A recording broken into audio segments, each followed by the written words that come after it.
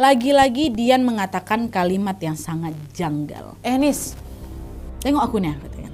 Tengok aku. Kalau aku tenggelam berarti badan aku bakal ngambang kayak gini lah ya, Wak, katanya. Hai, wassalamualaikum warahmatullahi wabarakatuh. Terima kasih sudah klik video ini. Setelah kemarin kita membahas urban legend yang sangat-sangat terkenal di Provinsi DKI Jakarta, yaitu kisah hantu kereta Manggarai, malam ini kami memilih untuk menceritakan juga kisah sosok urban legend dari Jawa Barat. Memang Indonesia ini kaya kali dengan kisah-kisah urban legend, Wak ya. Berasa macam tiap provinsi ini pasti udah punya urban legend masing-masing ya kan. Nah, di Provinsi Jawa Barat ini, Wak, ada nih satu sosok makhluk astral yang oleh masyarakat setempat dipercaya sebagai penghuni Sungai Angker. Siapakah dia? Seperti yang aku tulis di judul, malam ini aku akan menceritakan kisah horor Wawa yang konon katanya berkaitan dengan sosok hantu urban legend Lulun Samak. Nah, Wawa Jawa Barat familiar nggak nih sama Lulun Samak? Kalau aku jujur baru dengar kali ini, Wak. Hantu ini, Wak, dipercaya sering sekali menelan korban orang-orang yang melintas di sungai, baik yang berenang ataupun mereka yang lewat dengan perahu. Penasaran kan sama kisah selengkapnya? Jadi tanpa berlama-lama kita langsung masuk aja ke ceritanya ya. Check it out. Oke, Wak, jadi kisah yang aku ceritakan malam ini dikirim sama Wawa aku yang kita panggil aja namanya Intan dari Jawa Barat. Halo Intan. Nah, jadi, Wak, kejadian horor yang dialami sama Intan ini terjadi di penghujung tahun 2012 lalu ketika dia masih berusia 16 tahun. Nah, sebelum ceritanya aku mulai, aku mau disclaimer dulu kalau sesuai requestnya Intan, semua nama dan tempat dalam cerita ini udah aku samarkan, Wak, ya, supaya bisa menjaga privasi, kata si Intan. Nah, oke, lanjut lagi. Jadi ceritanya pada saat itu Intan ini tinggal di salah satu kampung di daerah Jawa Barat. Konon katanya kampung ini atau kampung tempat tinggalnya Intan ini terkenal angker, Wak, karena dilintasi oleh salah satu sungai besar. Ada berbagai mitos memang yang beredar di kalangan masyarakat tentang sungai itu. Banyak dari mereka yang percaya kalau sungai besar ini dihuni oleh sosok urban legend yang disebut sebagai hantu Lulun Samak. FYI, Wak, hantu Lulun Samak ini digambarkan sering sekali muncul dalam wujud tikar. Jadi macam tikar hanyut di sungai gitulah. Dan selain itu juga, Wak, ada yang percaya kalau sosok ini dapat berubah wujud menjadi semacam labi-labi yang hidup di perairan. Tahu kalian labi-labi yang bentuknya mirip kura-kura tuh? Itulah dia. Tapi meskipun penampilannya tampak tidak menyeramkan, kalian jangan salah sangka dulu, Wak. Seramnya dari sosok ini adalah sosok ini diyakini suka menghisap darah orang yang melintas di wilayahnya, dan dia ini baru akan mengembalikan orang itu setelah orang ini tewas. Nah, untuk menghindari teror dari Lulun Samak ini, warga sekitar percaya ada satu pantangan yang tidak boleh dilanggar, yaitu apa? Orang asli Bandung nih ya, dilarang masuk ke sungai itu. Ya, ingat, Wak, orang asli Bandung nggak boleh ikut nyebur ke sungai itu. Mitos dan pantangan itu pun sudah menjadi bagian dari kehidupan mereka sehari-hari. Awalnya, Wak, Intan ini antara percaya sama nggak percaya juga tentang mitos itu. Sampai akhirnya pada suatu hari terjadilah sebuah peristiwa yang tak terduga yang selamanya akan sangat membekas dalam ingatannya. Nah, inilah dia ceritanya, Wak, ya. Jadi waktu itu, kampung tempat Intan tinggal ini ada satu madrasah ceritanya, Wak. Nah, di madrasah itulah anak-anak kampung rajin belajar mengaji nih setiap malam di situ. Rame, Wak, dari anak-anak yang masih SD sampai yang sudah remaja, semuanya ngaji lah di madrasah itu. Nah, pada hari itu seperti biasanya Intan berangkatlah ke madrasah untuk mengaji bersama teman-temannya.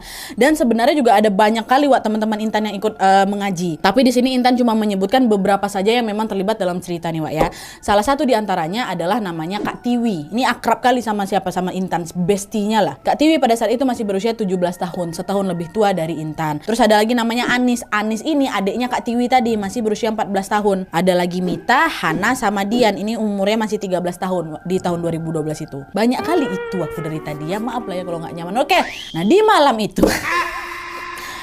itu itu lagi nggak apa-apa lah. Pokoknya di malam itu, Wak, mereka ya udah mengaji dan menyimak materi yang disampaikan oleh Pak Ustadz seperti biasanya. Dan sebenarnya, Wak, setelah selesai mengaji, mereka ini udah diperbolehkan untuk pulang ke rumah masing-masing.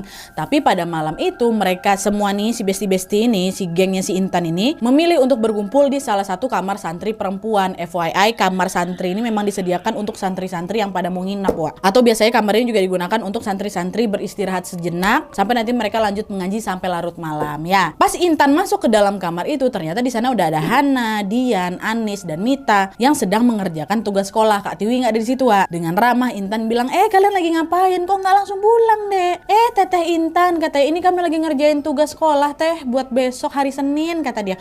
Loh, kan besok masih Minggu, kenapa harus dikerjain sekarang? Waktu itu hari Sabtu, Wak. Iya, Teh, soalnya besok kami mau main ke sungai, kata mereka. Nah, mendengar jawaban itu Intan langsung terkejut. Kenapa ya? Karena sebenarnya udah sejak lama, Wak, warga sekitar ini memilih untuk tidak sering sering melakukan aktivitas di sungai yang melintas atau yang melintasi kampung mereka itu. Dulunya sungai ini memang sangat ramai dikunjungi sama warga, apalagi ketika memasuki musim kemarau. Saat arusnya udah nggak terlalu deras nih. Intan bilang setiap kali memasuki musim kemarau, hampir seluruh warga kampung ini akan menghabiskan waktu mereka di sungai. Ada yang nyuci baju, ada yang nyuci karpet, ada yang mancing, ada yang berenang dan lain-lain. Tapi lama-kelamaan suasana sungai ini udah mulai berubah mencekam. Karena setiap tahun menjelang akhir kemarau selalu ada aja berita tentang orang yang tenggelam dan hilang di sungai itu, Wak. Dan seramnya lagi, setiap orang yang tenggelam di sana sangat jarang ditemukan di hari yang sama. Biasanya nih mereka ini akan ditemukan beberapa hari kemudian dan tentunya sudah dalam kondisi yang sudah tidak bernyawa. Dan kebanyakan korbannya itu berasal dari daerah lain, Wak. Bukan asli warga kampung sana, ya. Dan sejak sungai itu menelan banyak korban, akhirnya warga sekitar pun jadi takut lah buat datang ke sana lagi. Nah, alasan itulah yang buat Intan ini kaget ketika mengetahui kalau Hana, Dian sama si Anis sama si Mita ini mau bermain di sungai itu. Dengan khawatir Intan nanya kan, "Kalian kenapa main di sungai itu?" "Kami mau ngerujak teh, mau sambil cuci baju juga." "Teteh Intan ikut aja lah yuk." Enggak teteh lagi malas ngapa-ngapain, mau rebahan aja besok mumpung libur," kata Intan. "Ya padahal mah ikut aja teh, besok ramean kok yang mau ke sana." "Emang siapa aja yang ikut?" tanya si Intan lagi kan.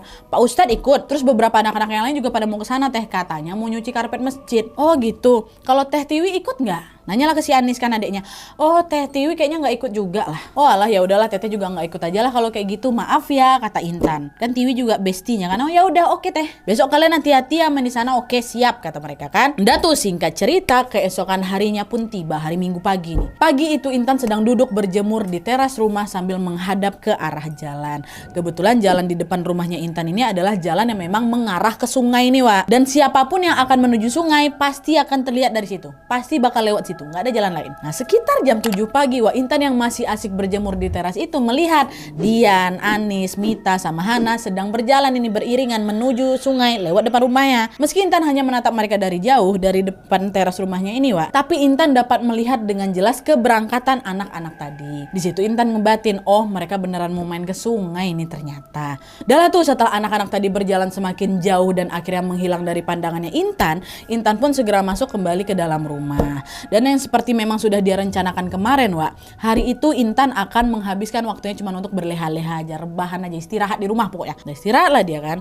Nah, tidak lama kemudian, Wak, sekitar jam 10 pagi, Intan tiba-tiba dikejutkan dengan suara keramaian orang yang terdengar seperti sedang berlari-lari. Intan yang masih dalam posisi rebahan ini pun langsung bangunlah dia kan, dan langsung menengok ke arah jendela. Ih, kenapa orang-orang ini semua kok ramai kali kayak suara di luar? Dari balik jendela rumahnya Intan melihat ada banyak sekali orang yang sedang berlarian dengan wajah panik, Wak. Makin bingung lagi sih Intan, kenapa? Di tengah rasa bingungnya, Wak, dia kembali dikejutkan dengan suara Tiwi, bestinya kakaknya Anis, yang tiba-tiba berteriak memanggil namanya dari arah luar rumah. Dengan suara panik si Tiwi ini bilang, Intan di rumah nggak? Intan keluar, Intan! Ayo cepetan kita ke sungai, ayo cepet Intan!" Dengar teriakan si Tiwi, Intan pun langsung berlarilah keluar juga kan, ngampiri si Tiwi. Dan tepat ketika itulah Intan melihat Tiwinya sedang menangis dengan ekspresi wajah yang sangat-sangat khawatir. Nanyalah si Intan, "Ya Allah Teh, ada apa? Teteh kenapa ini? Kenapa nih semua warga pada rame-rame nih?" Sambil menangis terisak-isak, Tiwi menyampaikan sebuah kabar yang sangat mencengangkan. Dia bilang apa?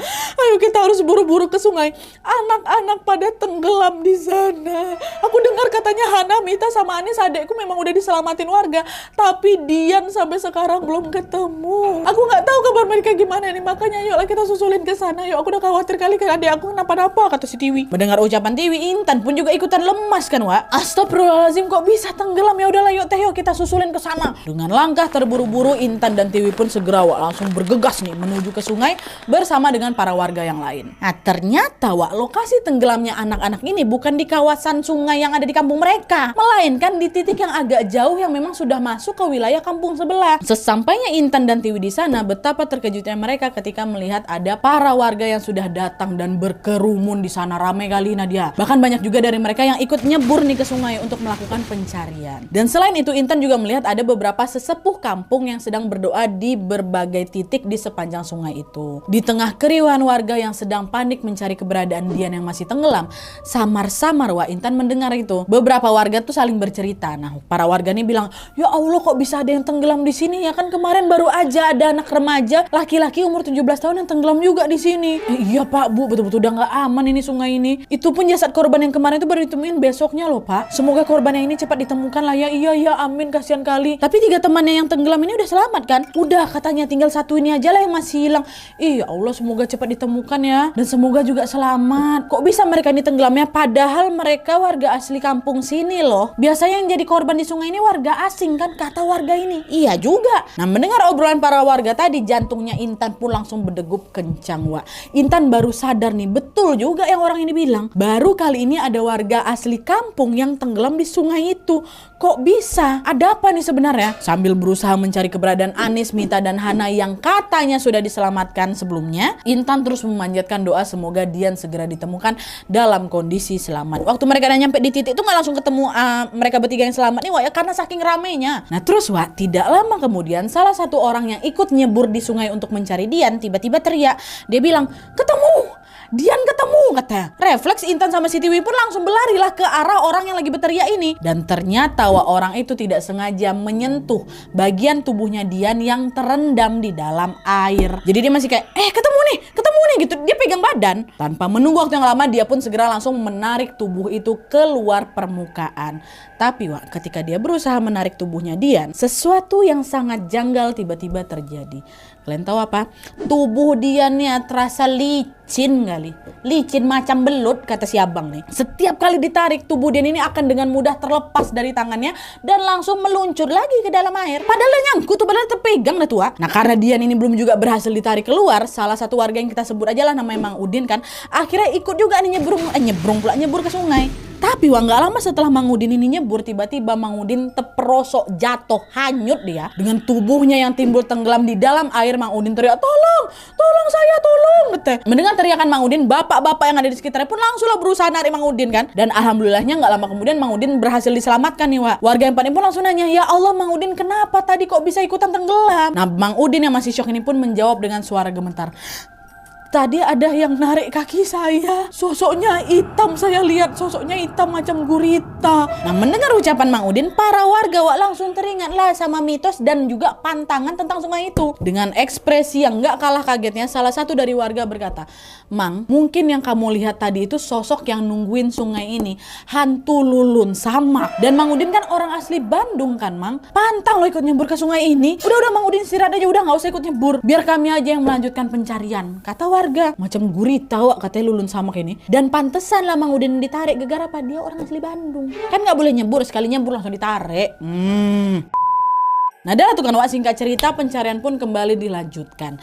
Ketika Intan dan Tiwi masih mondar-mandir nih di sekitar sungai untuk mencari keberadaan bertiga ini, Anis, Mita, sama si Hana, mereka beberapa kali mendengarkan teriakan warga yang mengatakan kalau Dian ketemu kayak gitu. Tapi seperti kejadian sebelumnya, Wak, lagi-lagi setiap kali mereka berusaha menarik tubuh Dian untuk dibawa keluar dari dalam air, tubuh Dian ini bakal terlepas lagi, bakal lanjut lagi. Orang licin kok macam belut. Lepas lagi tuh, nanti ketemu lagi nih di titik yang berbeda. Pas mau ditarik, lepas lagi. Nah tuh nanti ketemu lagi di titik yang lain kan, pas mau ditarik, lepas lagi, gitu terus berulang-ulang Nadia. Nah karena tubuh Dian ini belum juga bisa dikeluarkan dari dalam sungai, pencarian hari itu pun semakin menegangkan lagi, Wak. Hingga akhirnya beberapa saat kemudian datanglah ini anak kecil, laki-laki usia sekitar 8-9 tahun, ikut juga nyari Dian, Wak. Dan anehnya tidak lama kemudian setelah anak laki-laki ini nyebur ke sungai, tiba-tiba saja tubuh Dian balik ditemuin lagi. Warga pun teriak lagi kan, ketemu gitu. Ayo cepat tarik, jangan lepas lagi. Sekuat tenaga para warga pun bahu-membahu untuk berusaha menarik Dian, Wak. Dan secara mengejutkan setelah gagal berkali-kali, akhirnya kali ini mereka berhasil menarik tubuh Dian keluar dari dalam air. Dari jauh aku udah bisa lihat tubuh Intan ini diangkat Nadia, dibawa di tepi sungai kan buat dibaringkan. Tubuh Dian pun tampak terkulai tak berdaya, Wak. Dan kalau dihitung-hitung berarti udah setengah hari ini Dian berada di dalam sungai. Dan ketika warga sedang memeriksa kondisi Dian, Intan mendengar beberapa dari mereka berkata, ya Allah, kok bisa ditemukan di titik itu? Kalau misalnya Dian ini hanyut, harusnya tubuhnya ke bawah arus sungai kan? Iya betul Pak, tapi ini kok malah ketemunya ke arah yang berlawanan berlawanan. Masa ada orang hanyut yang ngelawan arah sungai? Iya Allah, apa mungkin ada yang narik dia ke sana ya, kata warga nih, Wak. Jadi Dian ini ditemukan berlawanan sama arus sungai, Wak. Dia macam ditarik ke arah yang berlawanan gitu, ha. Nah, Intan yang mendengar obrolan mereka tuh udah nggak mau mikir aneh-aneh lagi, karena yang terpenting sekarang adalah kondisi Dian. Dian apa kabar nih? Tapi sayangnya setelah 15 menit mencoba, Dian masih juga tidak memberikan respon apa-apa. Hingga akhirnya apa yang Intan khawatirkan itu pun betulan terjadi. Tepat di momen itulah Dian dinyatakan meninggal dunia. Innalillahi wa inna ilaihi raji'un. Mengetahui kalau Dian sudah tidak bernyawa, Tiwi udahlah itu menangis sesenggukan lagi kan. Sambil bercucuran air mata dia bilang, Intan, Dian udah nggak ada.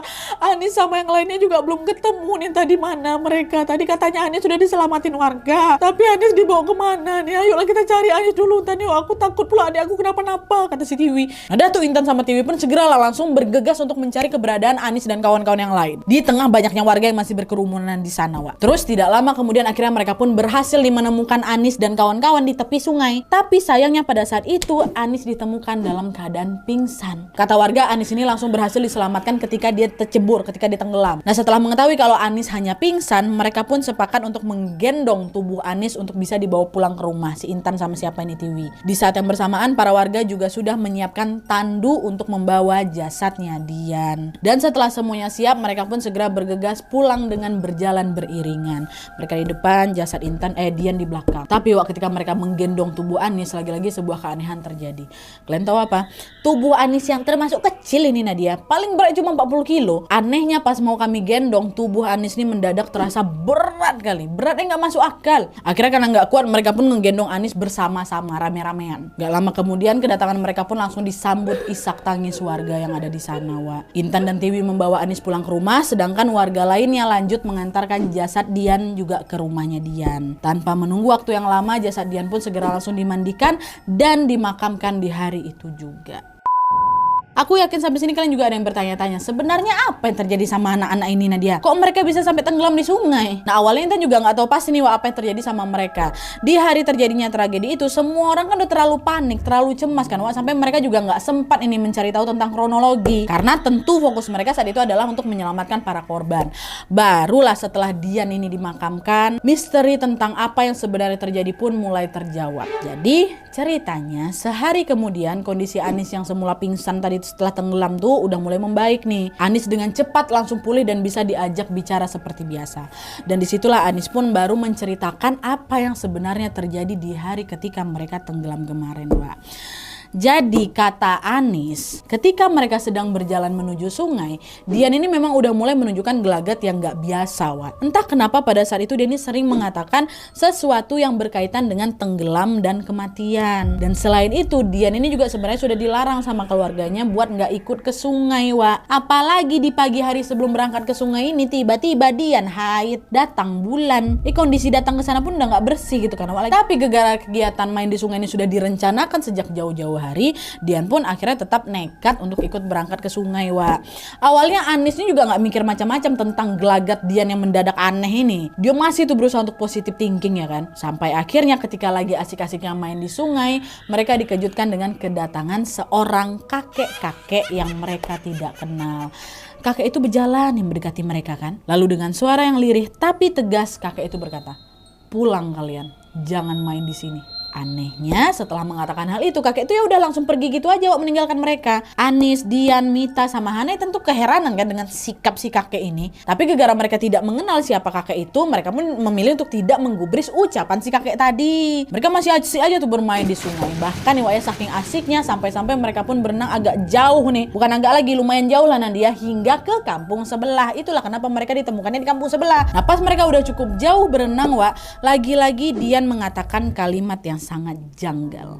Kalian tahu apa? Pada saat itu Dian sedang telentang nih kan, berendam gitu di dalam air sambil berkata, Nis, tengok aku nih, katanya. Tengok aku. Kalau aku tenggelam berarti badan aku bakal ngambang kayak gini lah ya Wak, kata. Anis yang kesal dengan ucapan Dian ini pun akhirnya negur kan, Koyan, apa sih kok ngomong jangan yang kayak gitulah, aneh aja. Pamali ngomong kayak gitu di sini. Dan gak lama setelah Anis menegur ucapan Dian itu, tragedi mengenaskan yang tidak pernah mereka bayangkan sebelumnya pun langsung terjadi. Entah kenapa ya Wak ya, Anis, Hana, Dian, dan Minta tiba-tiba langsung terperosok, langsung tenggelam. Dan kondisi ini pun semakin parah karena arus sungai tiba-tiba berubah deras Wak. Untungnya pada saat itu Hana, salah satu di antara mereka ini, bisa segera langsung meraih bebatuan yang ada di tepi sungai. Dan Hana pun langsung naiklah kembali ke permukaan kan. Sementara itu Dian, Anis, sama Mita masih bersusah payah berusaha keluar dari air Wak. Nah Hana yang panik melihat ketiga temannya masih tenggelam langsunglah berteriak minta tolong temanku pada tenggelam, kata dia. Nah teriakan Hana ini pun didengar Wak sama beberapa pemuda kampung yang kebetulan sedang berada tidak jauh dari sungai itu. Para pemuda ini pun langsunglah berlarikan dan nyebur nih Wak ke sungai untuk bisa menarik ketiga anak ini. Alhamdulillahnya satu pemuda berhasil menarik bajunya Mita. Mita pun selamat nih kan. Nah di sisi lain Anis sama Dian masih terus timbul tenggelam nih Wak. Dan untungnya pemuda lain juga berhasil menarik rambutnya Anis yang memang panjang. Dan sama seperti Mita, Anis pun berhasil diselamatkan. Tapi Anis sudah terlanjur pingsan duluan nih. Dan setelah Anis sama Mita selamat, para pemuda tadi pun segera lagi berusaha untuk menarik tubuh siapa yang terakhir? Tubuh Dian. Tapi sayangnya kali ini mereka sangat-sangat kesusahan Wak. Kenapa? Karena setiap kali mereka berusaha untuk menarik Dian, rasa-rasanya seperti ada sesuatu yang juga menarik Dian dari dalam air. Jadi mereka ini macam lagi rebutan tubuhnya Dian Wak. Satu tarik dari atas, satu tarik dari bawah. Bahkan saking kencangnya sesuatu itu menarik Dian, sampai-sampai tubuh para pemuda tadi juga ikutan ketarik dalam air Wak. Hampir tenggelam mereka itu juga. Dan meskipun mereka hampir ikut tenggelam, para pemuda tadi nggak nyerah gitu aja. Mereka tetap berusaha untuk menyelamatkan Dian. Tapi sayangnya setelah mencoba untuk yang kesekian kali, tubuh Dian ini lagi-lagi terlepas dan menghilang dengan sangat cepat. Kata pemuda tuh kayak gak masuk akal gitu Wak, cepat tenggelamnya tuh. Tiba-tiba hilang gitu aja. Nah barulah gak lama dari situ para warga kampung pun mulai berdatangan ke sungai. Mereka akhirnya ikut nyebur juga tuh Wak untuk membantu proses pencarian Dian. Sampai akhirnya Dian ditemukan dalam kondisi yang memang sudah tidak bernyawa. Gitulah kronologi kejadiannya dari sisi si Anis. Nah terus kakek-kakek yang tadi ngingetin mereka buat segera balik itu siapa? Nah dia pergi kemana dia? Nah jadi Wak, pas Anis, Dian, sama Mita, sama si Hana ini masih berenang di sungai itu sebelum tenggelam, Anis bilang kalau pada saat itu dia masih melihat Wak, kakek itu sedang memperhatikan mereka. Nah katanya kakek itu duduk di sebuah batu besar sambil terus-menerus menggelengkan kepalanya melihat ke arah mereka. Dan tepat sesaat sebelum mereka tenggelam Wak, Anis sempat menengok lagi ke arah kakek tadi, tapi anehnya kakek itu udah gak ada. Dalam waktu singkat tiba-tiba kakek itu hilang gitu. Dan setelah mengetahui kronologi kejadian itu, Intan dan beberapa orang lainnya pun mulai menduga-duga. Besar kemungkinan si kakek itu bukan manusia, kata mereka. Mereka percaya kalau kakek itu sebenarnya adalah Aki Bugis Wak.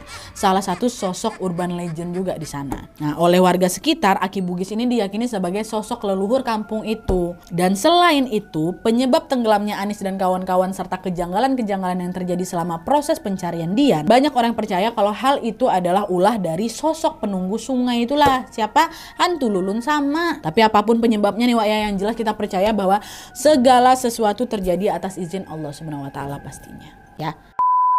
Oke Wak, jadi itu tadi kisah tentang tenggelamnya Dian di sungai yang diduga disebabkan oleh gangguan hantu Lulun Samak. Sedikit tambahan informasi aja buat kalian, sejak kejadian itu Intan cerita kalau katanya Anis yang selamat dari tenggelam itu Wak, jadi sering kesurupan. Dan setiap kali kesurupan dia selalu mengigau mengatakan hal-hal yang berkaitan dengan kejadian tenggelam itu. Anis pun sampai beberapa kali harus diruqyah supaya bisa sembuh. Dan selain itu ada juga cerita tentang warga kampung yang mengaku bertemu sama Dian di sungai. Katanya pada saat itu pernah ada yang mancing di dekat lokasi tenggelamnya Dian, dan kebetulan cuaca lagi mendung, hampir mau hujan gitu loh Wak. Nah pas lagi asik-asik mancing ini, tiba-tiba dia mendengar ada suara anak perempuan yang ngomong nih, cepet pulang, udah sore keburu hujan, katanya.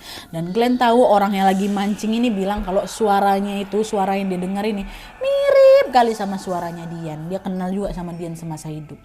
Ya Allah.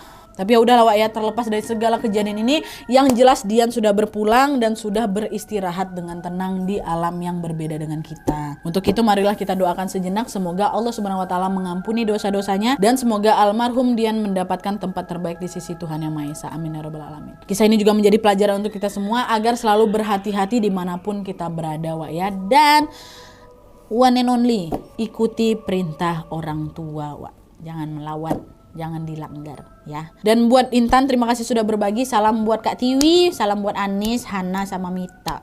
Ya, salam juga buat keluarganya Dian.